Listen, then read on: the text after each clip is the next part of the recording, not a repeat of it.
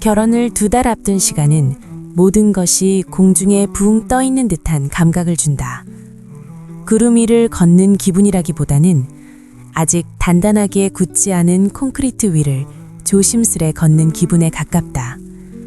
발자국이 깊게 남지 않도록, 혹은 내가 만든 홈에 누군가 걸려 넘어지지 않도록 온 신경을 곤두세워야 하는 시기다.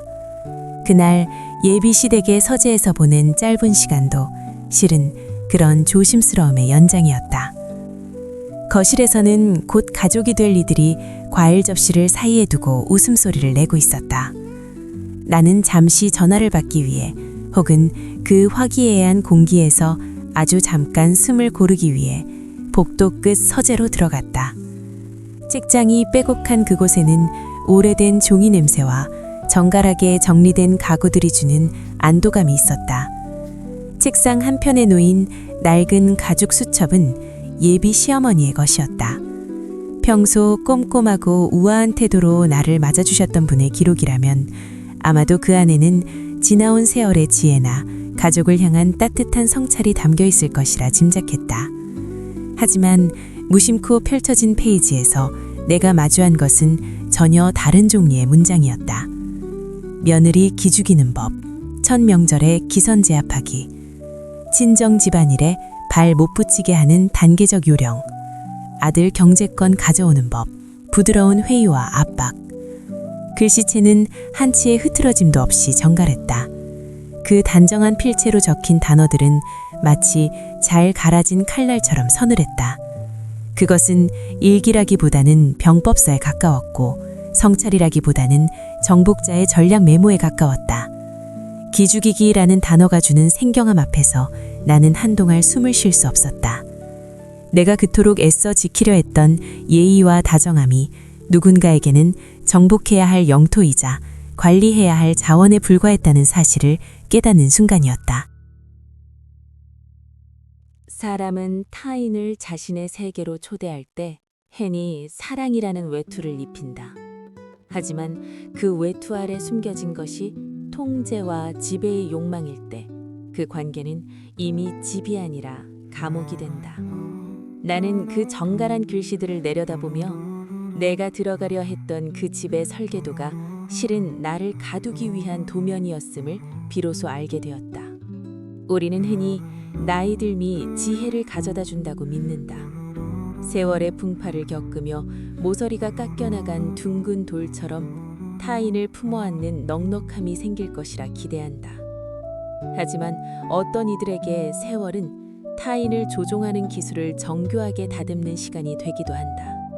그 수첩 속에 적힌 전략들은 놀라울 정도로 구체적이고 유치했다. 며느리가 친정 부모님 선물을 챙길 때 아들이 옆에서 눈치 주게 만드는 법 같은 항목을 읽을 때는 헛웃음이 났다. 그 안에는 한 인간에 대한 존중은커녕 자신의 아들을 자신의 소유물로 묶어두기 위해 타인의 희생을 당연시하는 비틀린 모성만이 가득했다.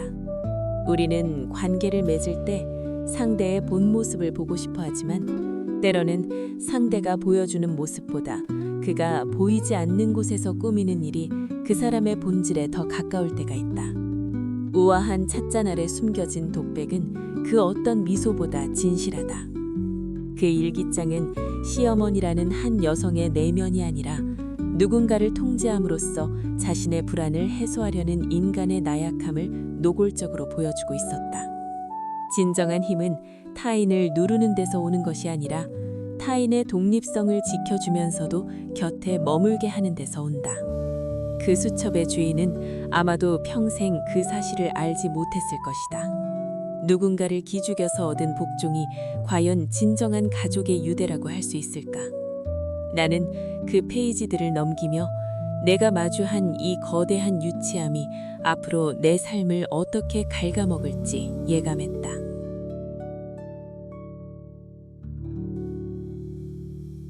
가장 큰 충격은 수첩 그 자체가 아니었다. 내가 그 기록을 예비 신랑에게 보여주었을 때 그의 입에서 나온 반응이었다.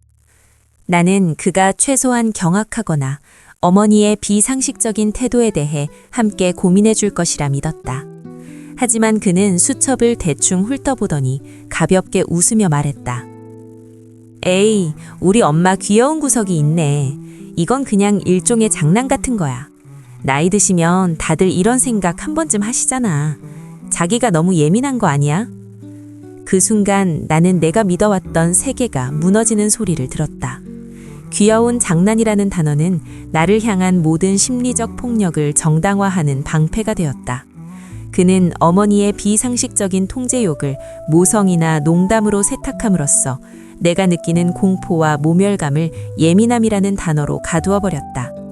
가족 안에서의 갈등이 비극으로 치닫는 이유는 가해자의 잔인함 때문만이 아니다. 그 곁에서 별일 아니다라고 말하며 피해자의 고통을 지워버리는 방관자의 침묵 때문이다. 예비신랑의 무능한 대처는 단순한 실수나 서투름이 아니었다. 그것은 앞으로 벌어질 모든 부당함에 대해 그가 어느 편에 설 것인지를 명확히 보여주는 선언이었다. 자기가 예민한 거야. 이 문장은 관계에서 가장 잔인한 가스라이팅 중 하나다. 상대방의 정당한 직관을 흐리게 만들고 스스로를 의심하게 함으로써 저항할 의지를 꺾어버리기 때문이다. 나는 그를 바라보며 그가 나의 동반자가 아니라 나를 가두는 성벽의 수문장이 될 것임을 깨달았다. 사랑은 상대의 고통에 공감하는 능력에서 시작되는데 그는 이미 그 능력을 어머니라는 거대한 그림자 아래 반납한 상태였다. 파혼을 결심하는 것은 하나의 세계를 파괴하는 일이다. 예약된 예식장, 인쇄된 청첩장, 양가 친척들의 기대, 그리고 우리가 나누었던 사소한 약속들까지 모두 쓰레기통에 넣어야 하는 고통스러운 과정이다. 하지만 더 고통스러운 것은 나 자신을 지키지 못한 채 그 문 안으로 걸어 들어가는 일이라는 것을 나는 알았다. 나는 그들에게 파혼을 통보했다. 그리고 그동안 억눌러왔던 나의 목소리를 가장 명확한 언어로 전달했다. 그것은 감정적인 호소가 아니라 그들이 저지른 무례함에 대한 명확한 진단이었다. 나는 시어머니에게 그 수첩을 다시 건네며 말했다. 어머니의 전략은 성공하셨네요. 저를 기죽이려던 계획 말이에요. 다만 기가 죽은 저는 어머니의 며느리가 되지 않기로 했습니다. 죽은 기를 가지고 당신들의 인형으로 사느니 살아있는 개인으로 남는 게 낫겠거든요. 예비 신랑에게는 그의 침묵이 어떤 결과를 초래했는지 똑똑히 일러주었다. 방관은 중립이 아니라 폭력의 조력자라는 사실을, 그리고 자신의 어머니를 귀여운 장난이라 포장하며 나를 몰아세운 그 순간 우리 사이의 모든 신뢰는 죽었다는 사실을. 그들은 당황했다.